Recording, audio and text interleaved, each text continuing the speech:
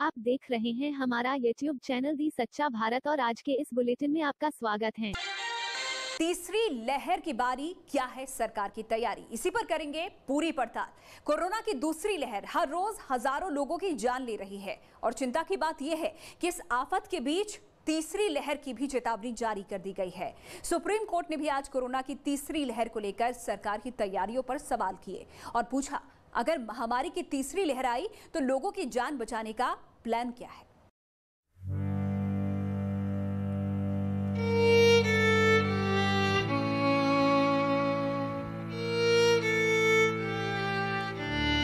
पूरा देश कोरोना की दूसरी लहर की मार से जूझ रहा है। करीब महीने भर से एक सी तड़प है, बेबसी है, लाचारी है और बदहवासी बनी हुई है। और महामारी की मार के बीच दर्द का ये दौर कम नहीं हो रहा है। तमाम कोशिशें, वादे, भरोसा सब कोरोना की दूसरी लहर के सामने बेकार साबित हो रहे हैं।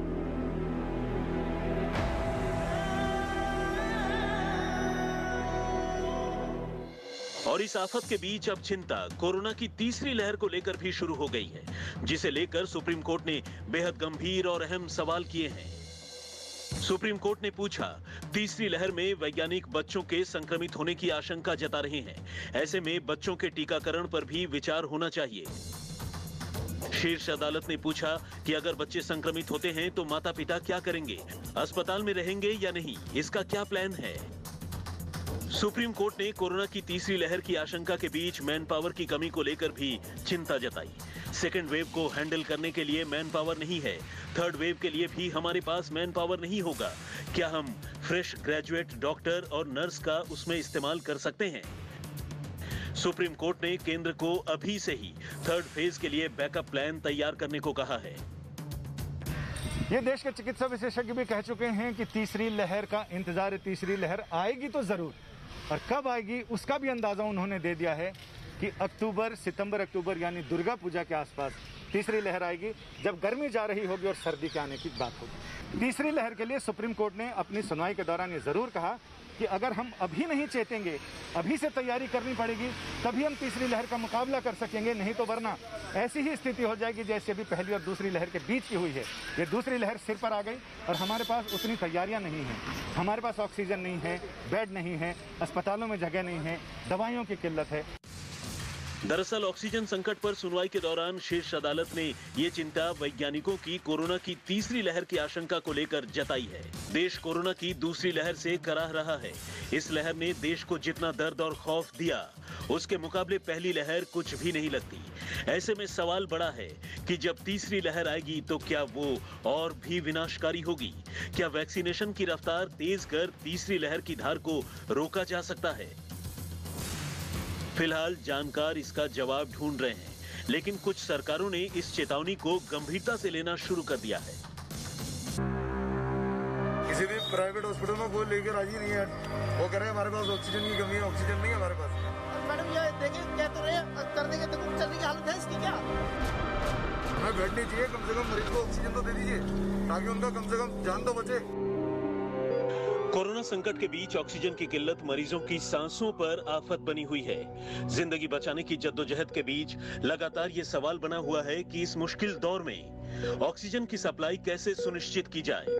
ऑक्सीजन को लेकर सबसे ज्यादा दिक्कत की खबरें राजधानी से आ रही हैं, जहां के अस्पतालों में ऑक्सीजन की कमी से मरीजों की जान तक जा चुकी है।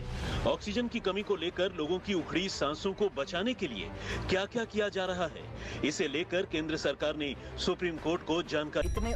उधर अरविंद केजरीवाल ने प्रधानमंत्री नरेंद्र मोदी को चिट्ठी लिखी, दिल्ली को 700 मीट्रिक टन ऑक्सीजन सप्लाई को लेकर और शुक्रिया जताया और राजधानी को रोजाना इतनी ऑक्सीजन सप्लाई की मांग की। कल पहली बार केंद्र सरकार ने 730 टन ऑक्सीजन भेजी है।